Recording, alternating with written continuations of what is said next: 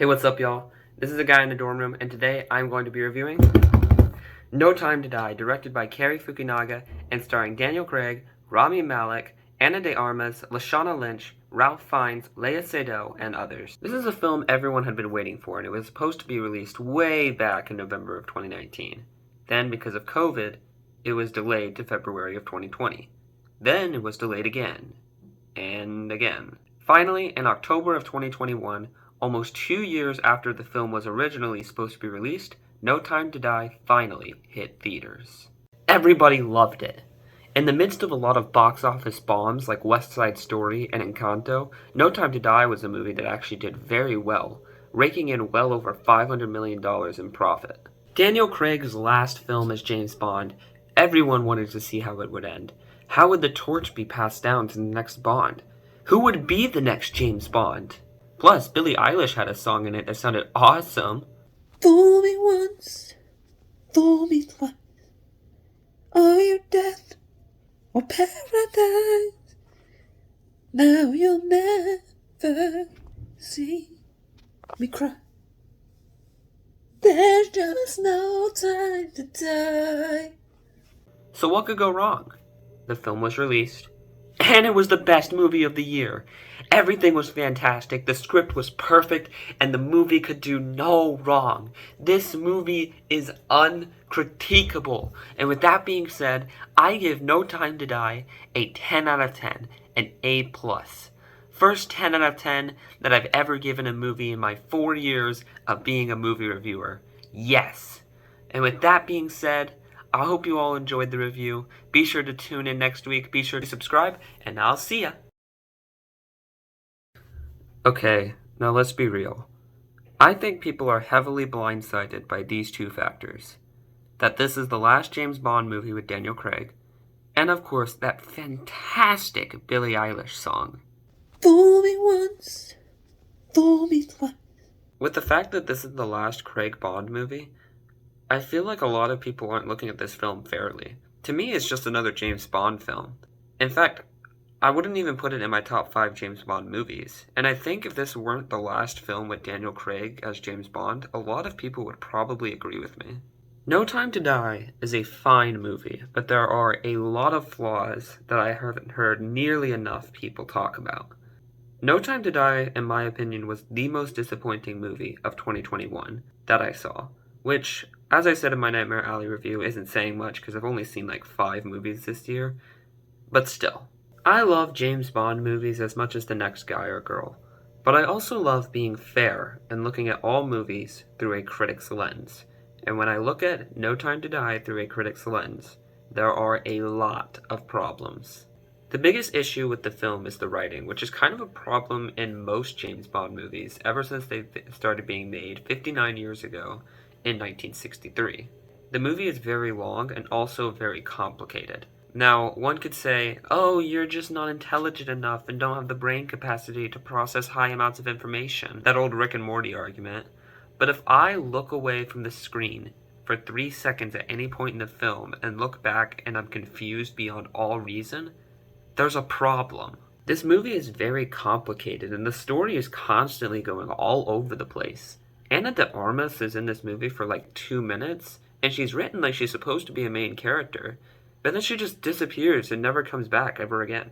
In the first third of the movie, everybody is chasing David Dencik, and it's like a big thing because David Dencik has the cliché virus that's going to kill everybody. Then Bond finally catches Dencik, but then Billy Magnussen just takes Dencik away, and then neither Magnussen nor Dencik are seen till the third act of the film.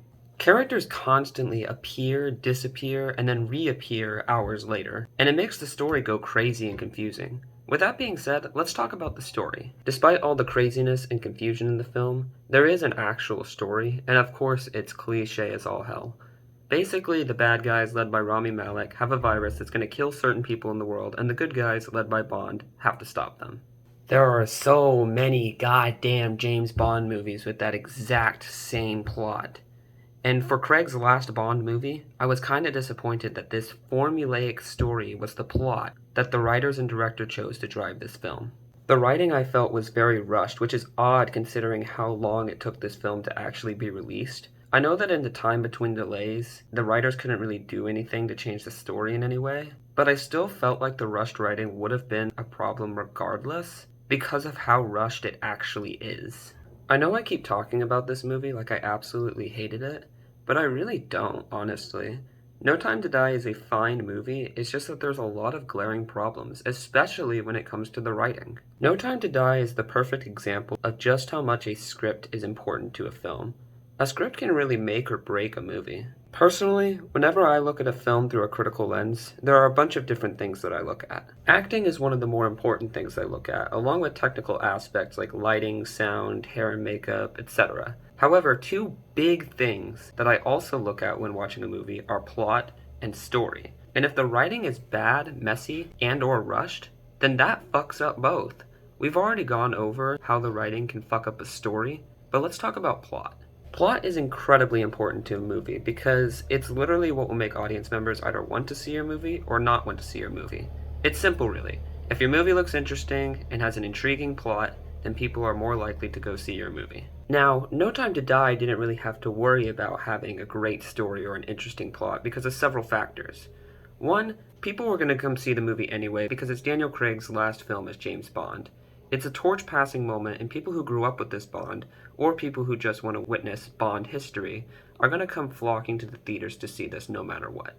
And two, the trailers used to promote this movie were excellent. It had everything it needed to be successful. James Bond, explosions, sex appeal, and of course, that poppin' Billie Eilish song. Fool me once. The writers, director, and producers knew that no matter how good or bad a film they made, people were going to go flock to see it, and they were going to make a fuck ton of money.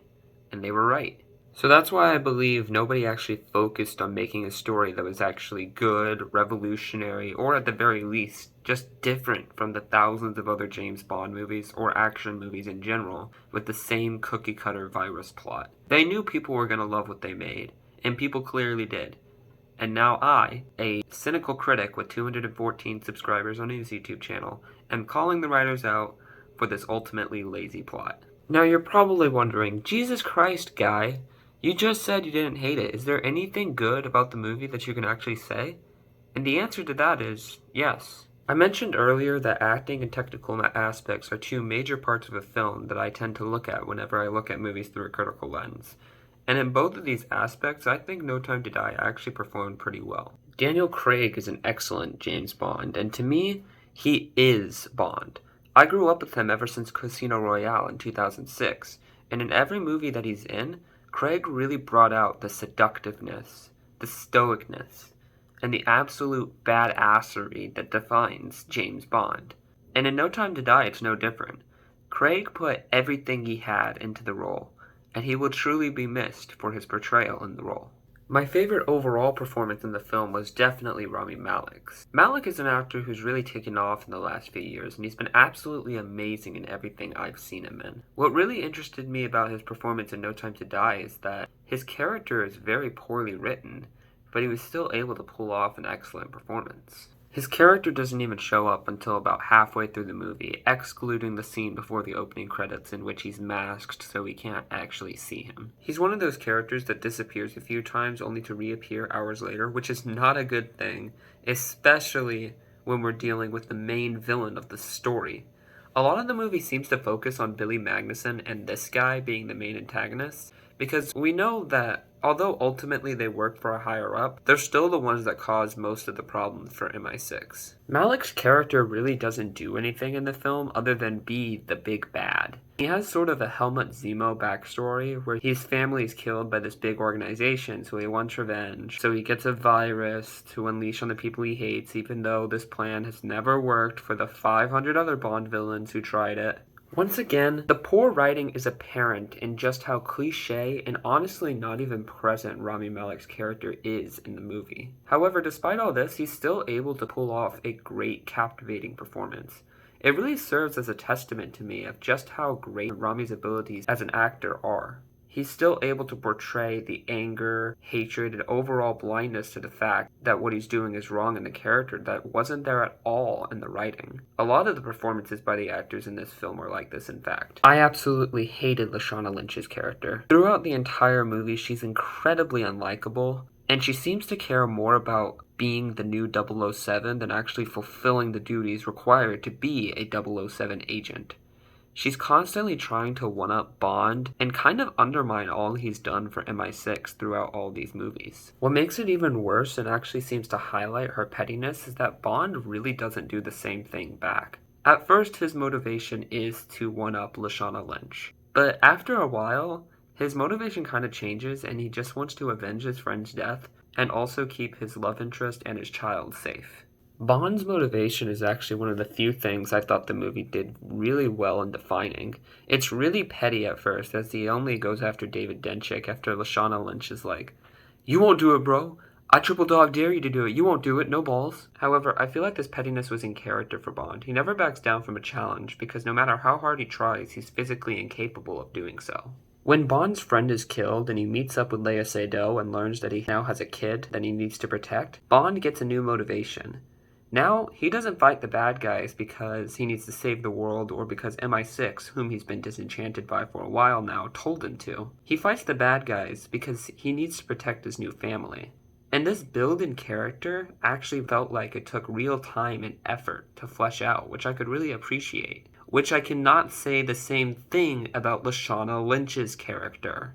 On one hand, we have Malik's character, the villain with the cliché and overdone motivation. Then we have James Bond, the only character that I actually thought was good and had an arc.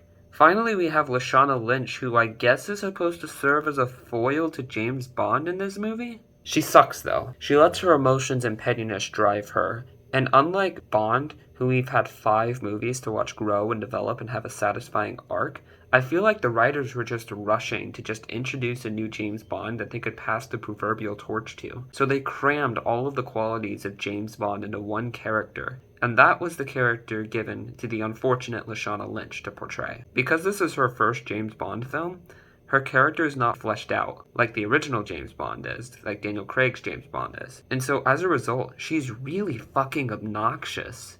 Especially whenever she's in a scene with Daniel Craig. Lashana Lynch is a very talented actress. And like Malik, I thought she gave off a pretty good performance despite the horrible characters she was given to portray. The performances in this movie really saved it from being bad for me. Everyone except Léa Seydoux, who in my opinion was just kind of forgettable, did a really good job in this movie, despite the poor scripts that they were handed. The sound design, effects, and action choreography were also all great, which I believe that we've all come to expect from a Bond film at this point. Overall, a very disappointing movie in my opinion, with a much more interesting history than the movie itself, and I'm giving No Time to Die a 6 out of 10, a C+. I hope you all enjoyed the review. I know I may get a lot of people that do not like this review because once again, everyone loved this film. But I will be back next week, and I'll see ya.